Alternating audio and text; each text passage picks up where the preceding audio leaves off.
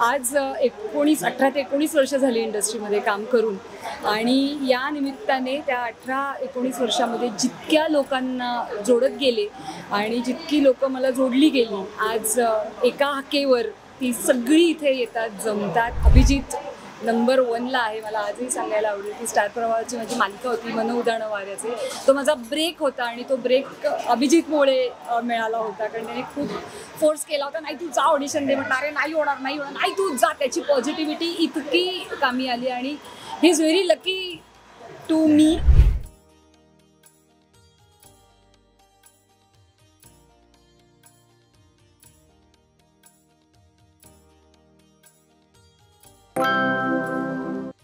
Hello नमस्कार friends, मी मज्जाची नीलम. खऱ्या अर्थाने आज असं वाटतं की दिवाळी सुरू झाली आहे, कारण की आज दिवाळी पहाट होती आणि राऊतांनीही खरं तर सगळे दिवाळी पहाट ठेवलेली आणि मित्रांची त्यात साथ होती. सो इथून सुरुवात करते की जेव्हा बोलावणं येतं आणि दिवाळी पहाट आहे असं म्हटलं जातं, तेव्हा काय एनर्जी घेऊन इथे यावं लागतं. नाही, खूपच मजा येते. जसं इट्स मजा मराठी, तसं आमची एक मजा वेगळी आहे आमच्या कुटुंबाची, कारण हे कुटुंब आहे. मित्र वगैरे नंतरचे, पण एक आता एक खूप असं एक जिव्हाळ्याचं नातं झालेलं आहे.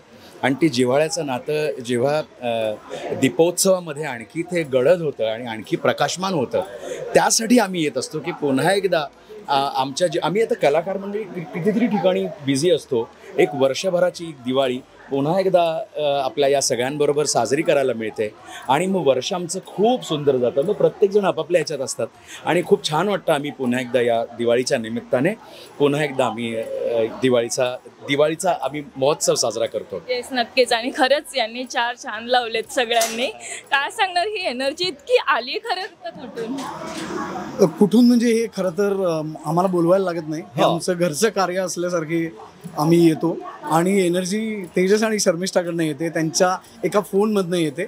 आणि इकडे आल्यानंतर तुम्ही आता मगाशी सगळं रेकॉर्ड केलं तर कशा पद्धतीने प्रतिसाद मिळतो हे कळतं. गेल्याच वर्षी या कार्यक्रमाला सुरुवात केली शर्मिष्ठा तेजसनी आणि गेल्या वर्षीचा ओपनिंग बॅट्समन आमचा नंदेश दादा होता. हे दुसरं वर्ष आहे. एक वातावरण निर्मिती होती, माहोल तयार होतो इकडे. तर त्यामुळे तीच वाईब घेऊन याही पुढे आम्ही जाणार आहोत यांनी ठरवलं तर. पण आय एम शुअर ज्या पद्धतीने त्यांची घोडदौड सुरू आहे, त्यांची पर्सनल लाईफमध्ये पण घोडदौड सुरूच राहील अशी. आणि अशा पद्धतीचे चांगले कार्यक्रम, मालिका, चित्रपट आणि नाटकसुद्धा त्यांनी घेऊन यावं असे मी या निमित्ताने त्यांना कळ घालतो. नक्की. शर्मिष्ठाताईचाच कौतुक म्हणजे किती करू असं झालंय, कारण की एक साईडला एवढं निर्माती म्हणून 2 मालिका आहेत आणि आता चित्रपट येतोय आणि त्यासोबत तू हेही कुटुंब सगळं एकत्र धरून ठेवतेस.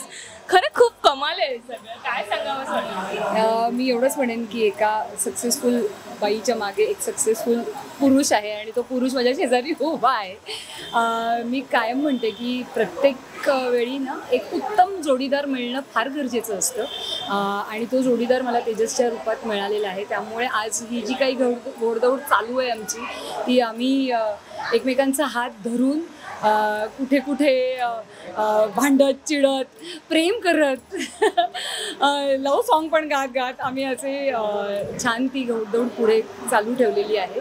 आणि ऑफकोर्स आज 18 ते 19 वर्ष झाली इंडस्ट्रीमध्ये काम करून आणि या निमित्ताने त्या 18-19 वर्षामध्ये जितक्या लोकांना जोडत गेले आणि जितकी लोकं मला जोडली गेली, आज एका हाकेवर ती सगळी इथे येतात, जमतात. फक्त आनंदाच्या क्षणी नाही तर दुःखाच्या क्षणी सगळ्यात आधी येतात. त्यामुळे ते कुटुंब म्हणून मी नक्कीच त्यांना म्हणू शकते. त्याच्यामध्ये अभिजित नंबर 1ला आहे. मला आजही सांगायला आवडेल की स्टार प्रवाहाची माझी मालिका होती मन उदाहरणं वाऱ्याचे. तो माझा ब्रेक होता आणि तो ब्रेक अभिजितमुळे मिळाला होता, कारण त्याने खूप फोर्स केला होता, नाही तू जा ऑडिशन दे. म्हटलं अरे नाही होणार, नाही तू जा. त्याची पॉझिटिव्हिटी इतकी कामी आली आणि ही is very lucky to me की तो जेव्हा माझ्या आयुष्यामध्ये येतो, जेव्हा काहीतरी सांगायला म्हणून येतो, रडतो, चिडतो, कान पिळतो, तर ते कायम माझ्या भल्यासाठी असतं आणि त्यातून माझं भलंच झालेलं आहे. हे मी अधिकाराने सांगू शकतो की एका यशस्वी स्त्री मागे एक नवरा, एक भाऊ आणि तिचे बाबा असे 3 पुरुष आहेत आणि आम्ही सगळे मित्रमंडळी सुद्धा आहेत. आणि नंदेश दादाबद्दल काय म्हणू मी. नंदेश दादा म्हणजे मला आठवतच नाही की कधी आम्ही एकमेकांमध्ये म्हणजे नंदेश दादाची फॅमिली आणि आमची फॅमिली कोणत्या क्षण असा तर आम्हाला नाही आठवत आहे कोणता क्षण. पण आम्ही भेटलो, बोललो आणि सुरुवातीला खूप असं दडपण आलं. जेव्हा मी पहिल्यांदा नंदेश दादाशी भेटले होते, बोलले होते की बापरे, म्हणजे खूप मोठी हस्ती आहे आणि ती कशी बोलेल, कशी वागेल. पण मला अजूनही आठवतं की बिग बॉस नंतर त्याने थांबवून रस्त्यात मला सांगितलं मी बघितलं तुझं आणि खूप छान खेळलीस आणि खूप. आणि तेव्हापासून जो प्रवास चालू झाला तो खूप घट्ट कधी झाला ते मला अजूनही माहिती नाही. आमिरबद्दल काय सांगू, आमिरबद्दल तर म्हणजे मी स्ट्रगलर म्हणून त्यावेळेला होते का, अजूनही स्ट्रगल करतेच अभिनयासाठी, पण तरी जेव्हा काम करायला सुरुवात केली तेव्हापासून आमिर बरोबर आहे. आणि जसं मी मगाशी सांगितलं की काही दिवसांपूर्वी आमचं ठरलं की करूया कार्यक्रम. सो मला माहिती होतं की आमिर हक्काचा आहे, तो येणार. आणि तो मी म्हटलं तू बघ, मी नाही काही बघू शकत, आता वेळ नाही. सो त्यांनी ती धुरा सांभाळली. पण मला ताई असं बोलायचं की हे कुटुंब किती स्ट्रॉंगली तुझ्या मागे उभं आहे. एकाचा आजारपण असो, एकावर दुःखाचा मोठा डोंगर कोसळलेला असो, एकाला कधी क्वचितच असं सांगितलंयस की लगेच की मला हे करायचंय, तो पाठ असो किंवा नवऱ्याची साथ असो, यांबद्दल काय सांगशील की तुझ्या नेहमी मला असं वाटतं प्रत्येक क्षणाला ते लोक मागे उभे राहतात. अगदी अगदी अगदी म्हणजे मला असं वाटतं की तेजस याबद्दल जास्त सांगू कसे. नाही सगळंच एक गोष्ट सांगायला गेलं तर जसं नंदेश म्हणाला की इव्हन अभिजित म्हणाला, शर्मिष्ठा म्हणाले, कुटुंब हे कुटुंबामध्येच सगळं दडलेलं आहे. आज कधी कोणाला हाक मारायची गरज नाही पडत. आज त्यांना कुठनं कळलं जरी, कधी कधी असं होतं की आम्ही सांगू शकत नाही पण बाहेरनं काही गोष्टी कळतात, पण त्यासाठी त्यांनी राग नाही म्हणत, उलट हक्काने सांगतात तरी सांगायचं नाही बस. हे एकच वाक्य खूप असतं. आणि असे म्हणजे मी या शर्मिष्ठाला पण थँक्यू म्हणेन, कारण की मी हिच्यावर लग्न केल्यामुळे आज मी या इंडस्ट्रीत आलो आणि मला हे अख्खी ही एवढी मोठी फॅमिली मिळाली. म्हणजे आज मी शर्मिष्ठावर लग्न करायच्या अगोदर ह्या सगळ्यांना फक्त मी स्क्रीनवर बघायचो, अभिजितचे पिक्चर बघितले. नंदेशाच्या बाबतीत तर मला खूप असं शर्मिष्ठालाच दडपण आहे तर मला विचार करा, कारण की मी काही वर्षांपूर्वी मी एक बॅकस्टेज डान्सर म्हणून काम करायचो. तेव्हा बाबांबरोबर म्हणजे शाहीर विठ्ठल बाबांबरोबर मला काम करायची संधी मिळाली 2 शोजमध्ये. तेव्हापासून असं आणि म्हटलं नंदेश दादा, अरे बापरे, म्हणजे माझ्याकडे एवढं होतं. आणि जेव्हा मी त्याला भेटलो, पहिल्यांदा त्याला बघितलं, म्हणजे त्याचे फक्त गाणी ऐकली आहे, त्याचे पोवाडे ऐकलेले आहेत आणि माझ्यासाठी असं होतं की काय बोलू, त्याच्याशी कसं बोलू, माझी पात्रता तरी आहे का मी त्याच्याशी बोलायची वगैरे. पण आज तेव्हा त्याचा कधी फोन येतो की आज हे लोक तोच नाही पण हे त्यांच्यापैकी कोणी आलं नाही ना गणपतीला की आमच्या कोणत्याही कार्यक्रमाला तो कार्यक्रम पूर्ण होत नाही. चुकल्यासारखं नाही, पूर्णच होत नाही आमचा कार्यक्रम. अशी ती फॅमिली झालेली आहे. म्हणजे मी या माणसाला तर मी दररोज बघतो, ठीक आहे, दररोज स्क्रीनवरती बघतो. याला बघितल्याशिवाय मी झोपत नाही, असं आहे. रोज रात्री म्हणजे आम्ही झोपायला जातो, झोपायला याचा हास्य जत्राचा एक एपिसोड असतो. तेव्हा म्हणजे ह्याला म्हणजे मी असं बोलू शकेन, मी ह्याला भरपूर वर्ष ओळखतो, हा मला भरपूर वर्ष ओळखत नसला तरी. म्हणजे काय असतं की सिरियलमध्ये टीव्हीवरती बघणारी लोक ना सगळ्या नॉर्मल जनतेसाठी आपलीशी वाटायला लागतात. मूवीवाली लोक कशी अरे, पण सिरियलवाली अशी वाटायला लागतात टीव्हीवर येणार. तसंच म्हणजे माझं आणि आमिरचं मला माझ्याबद्दल असं होतं की अरे बाई आपणा बंद आहे असं होतं ते. पण ह्या काही वर्षांपूर्वी सुप्रियाताईकडे गणपतीला पहिल्या दिवशी आमिर असतो आणि तेव्हापासून ह्याची आणि माझी ओळख झाली, भेट झाली.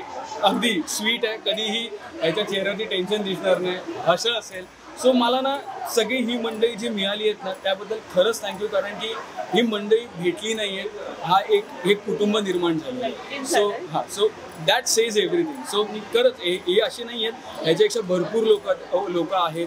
सुप्रियाताई आहे, अर्षदा खानविलकर आहे, सुकन्याताई आहे, शशांक केतकर आहे. म्हणजे आता मी कोणाचं नाव नाही घेतलं तर सॉरी, कारण का अख्खी लिस्ट आहे ती एवढी सगळी कुटुंब आज निर्माण झालेलं आहे. तर तीच लोक आज आम्हाला इथे शक्ती देतात हा कार्यक्रम करायची. म्हणजे आम्ही विचार करत होतो की करायचा नाही. 1 आठवड्यापूर्वी आमिर म्हणाला की मी सेटअप करतो सगळं, तू टेन्शन घेऊ नको, कोल्हापूरला शूटिंग करून तुम्ही या एका वाक्यावरती हे अख्खे सेटअप झाले. पण ही हुरूप बघितल्यानंतर आजही आम्हाला वाटतं आम्ही परत पुढच्या वर्षी नक्की कार्यक्रम करू आणि काहीतरी छान करू. अजून हीच आमचे प्रयत्न असतील. येस, नक्कीच कार्यक्रम कराल आणि आम्हालाही बोलवाल, कारण आम्ही तो कार्यक्रम खूप एन्जॉय केलाय. येस, एक मिनिट, मला एक अजून सांगायचं आहे, तुम्हालाही बोलवायची गरज नाही, तुम्हीही कुटुंबच आहात. आजपर्यंत तुमच्याशिवायही आमचा हे सगळे कार्यक्रम अर्धवट आहेत. कव्हर करायला या, नका येऊ पण आनंदाने मजा करायला या. ह्याच्यासाठी हेच आमचा आनंद आहे. कव्हर करायचे. गेल्या वर्षीही आम्ही कव्हर कोणालाच करायला सांगितलं नव्हतं, केलंही नव्हतं कव्हर, पण नंदेश दादा ऑलवेज रॉक्स. त्याच्यानंतर अभिजित गातोच, त्यामुळे म्हणजे लोकांना माहीत नाही पण आता इथं सगळ्यांना कळलेलं आहे. पण तुम्हालाही तेच आहे. मी सगळ्या मीडियामधल्या सगळ्यांना सांगेन की जे हा तुमचं चॅनल बघत असतील प्लीज या, हक्काने या. येस नक्कीच. पण तो रात्री 3 वाजता आलेला कॉल आणि डिस्कशन त्याच्याबद्दल खरंच ऐकायचं आहे मला. अरे नाही, मुळात ना म्हणजे दिवाळी पहाटेचे कार्यक्रम असतात, हा कौटुंबिक सोहळा आहे. तर कधी आहे ना घरातली बहीण फोन करते ना, कधी आत्या फोन करते. तर माझं ना 2-3 दिवसापासून तिचं असं झालं होतं, आम्ही एकमेकांना पाठला करत होतो. ती मला गुड मॉर्निंग करायची, मग मी तिला गुड नाईट करायचो. आणि एकदा तिला काय असं वाटलं की 2:45 झाले होते आणि तिने मला ऑनलाईन बघितलं तरी तिने डायरेक्ट फोन केला, अरे ऐक असं करायचं, हे करायचं आणि माझं खूप काम चालू आहे, तू सेटअप कर आणि ठेवला फोन. एवढेच वाक्य होते तिची, बाकी तिने काही म्हणलं ठीक आहे ओके आणि आपण करू. सो कार्यक्रम ना मी असा विचार केला की मला माहिती आहे की इथे काय प्रकारचा ऑडियन्स असतो.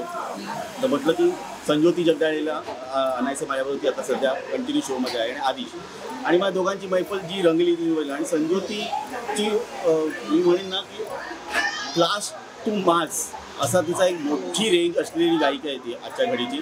म्हणजे तुम्ही बघितलं असेल की ती किशोरीताईंचं गाणं गाते आणि शेवटी ती ही साधी तुपातली पण गाते.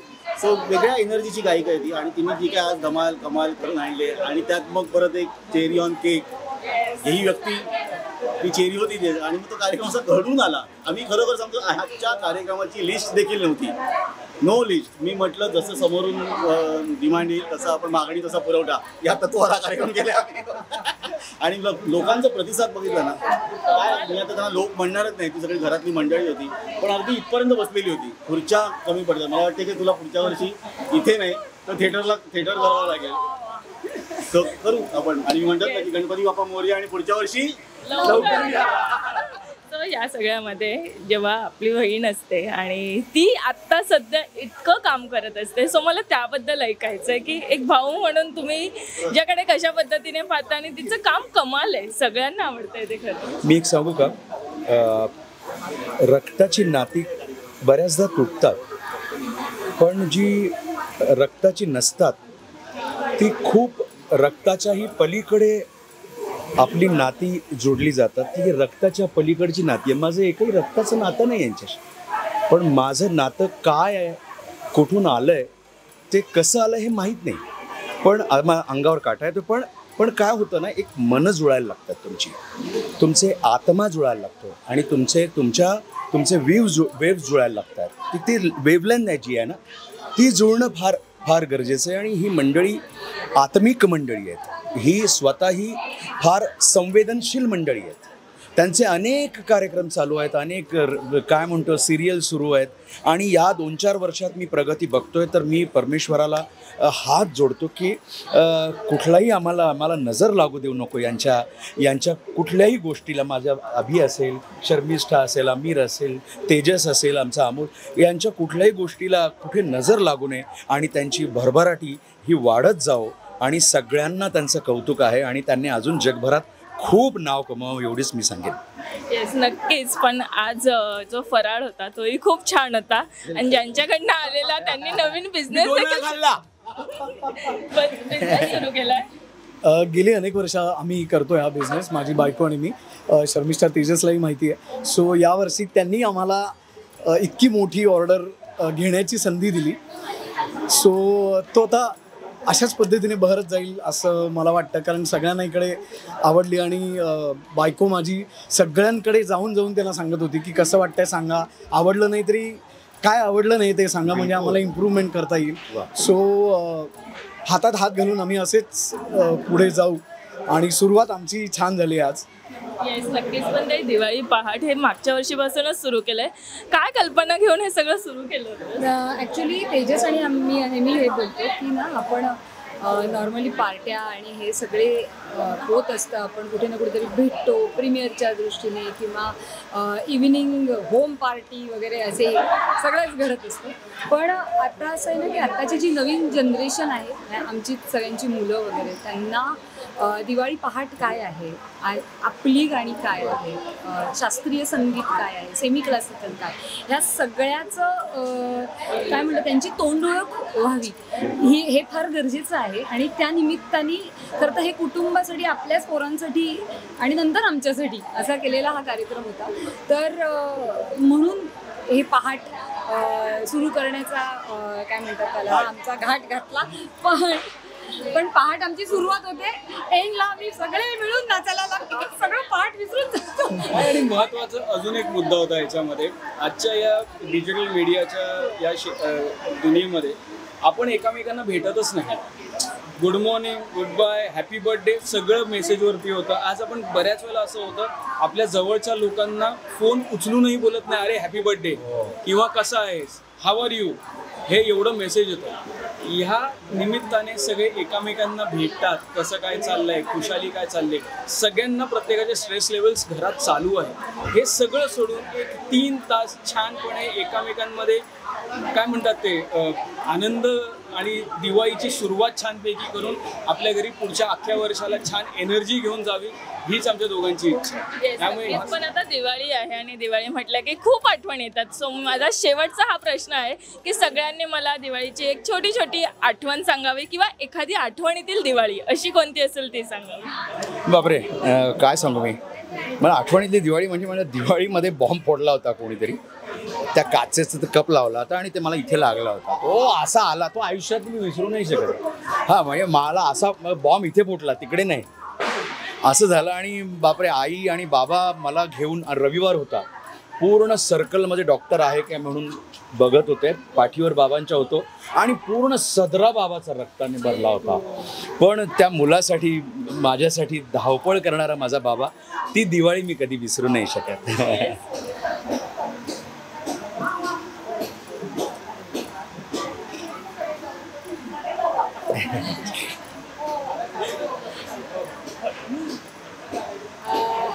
दिवाळीची आठवण खूप लहानपणीच्या माझ्या खूप आठवणी आहेत आणि त्यात मी आत्ता पण मिस करते ते म्हणजे किल्ला बांधणे. जे आम्ही सगळे लहान असताना सगळे लहान पोरं, मित्रमंडळी, भाऊ भावंड सगळे एकत्र मिळून आम्ही किल्ला बनवायचो. आणि किल्ला बनवल्यानंतर त्यात यावर्षी काय नाविन्य, तर काय तर एक वर्ष असं होतं की कारंजं करायचं. तर कारंजं कसं करायचं काही डोक्यात येईना.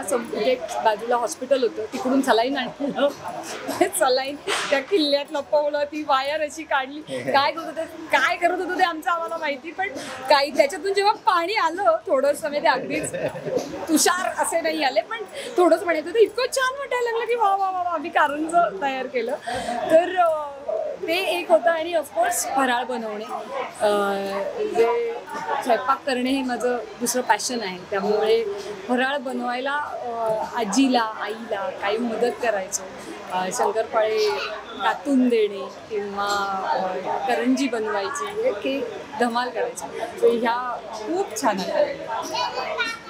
माझी आठवण म्हणजे शाळेत असताना, म्हणजे 8वी 9वीत वगैरे असताना फायनान्शियल कंडिशन खूप बरी नव्हती आमची. त्यावेळेला मी स्वतः घरात बसून कंदील बनवले आहेत आणि आपले संघाचे दंड असतात, ते 2 दंडांवरती 10 कंदील खांद्यावरती घेऊन रस्त्यावरनं मी विकलेले आहेत ते. पण दुःख नाही त्याबद्दल, कारण की मी त्यातूनही भरपूर शिकलो. म्हणजे कष्ट काय असतात, एक बिझनेस सेटअप करायला मेहनत काय लागते, कसं काय लागतं हे ते. पण मी तेही एन्जॉय केलं, कुठेही दुःख वाटलं नाही. ते रात्री बसून कंदील बनव. मी आणि माझा एक मित्र होता संदीप म्हणून, आज तो या जगात नाही आहे, ट्रेन ॲक्सिडेंटमध्ये गेला खूप वर्षांपूर्वी. पण तो आणि मी डिसाईड केलं की आपण दोघं ॲटलिस्ट आपलं घरचं दिवाळीचा आपलं काय फराळ घेण्यापुरते पैसे किंवा कंदील घेण्यापुरते पैसे आपण जमा करू शकतो का. पण देवाच्या दयेने तो धंदा एवढा छान झाला की आम्हा दोघांना अजून 2 मित्रांना बोलवून माझ्या अंदाजे काहीतरी मी त्यावेळेला जवळ एक 350 कंदील विकले होते खांद्यावरती घेऊन वगैरे. आम्हाला एक कॉन्सेप्ट आला की चाळीची आपण ऑर्डर की घेतली तर मग त्यावेळेला एक अख्ख्या चाळीची एक ऑर्डर आम्हाला डायरेक्ट 45 कंदिलाची ऑर्डर 1 शॉटमध्ये मिळाली.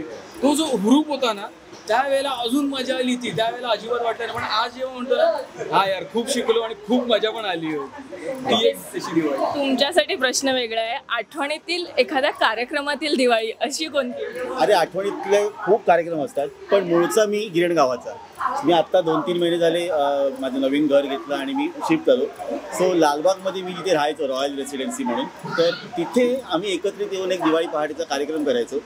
तो कार्यक्रम मला म्हणजे तो जगात भारी कार्यक्रम वाटायचा. का? कारण आपण USA, लंडन सगळीकडे करतो, पण जेव्हा आपल्या सोसायटीत आपण करतो ना तेव्हा खूप छान करावं लागतो. कारण वर्षभर त्याच लिफ्टनी वर जावं लागतं. त्यांच्या नजरा अरे काय कार्यक्रम केला यांनी यार, उगाच फसवतात रे तिकडे काहीतरी जाऊन अमेरिकेत काय करतं. पण आठवणीतली जर माझी दिवाळीचा कार्यक्रम तो माझ्या लालबागच्या रॉयल रेसिडेन्सीमधला, यावर्षी तो खरोखर मी मिस करीन, खरोखर मिस करीन. नक्कीच. आणि मला असं वाटतं आता ही दिवाळी तुमच्यासाठी भरभरून यश आणणारी असावं. थँक्यू सो मच आणि पुन्हा एकदा हॅपी दिवाळी. हॅपी काय दिवाळी. करणार आहे सांग पटकन. तू काय करणार आहे सांग दिवाळीत? फटाके फोडणार? तू रांगोळी करणार आहे ना सांग. रांगोळी काढणार. So thank you so much. Thank you. Marathi मनोरंजन सृष्टीमधील मालिका, चित्रपट, नाटक तसेच कलाकारांबद्दलच्या नवीन अपडेट्स जाणून घेण्यासाठी नक्की सबस्क्राईब करा इट्स मज्जा मराठी या आपल्या नवीन यूट्यूब चॅनलला.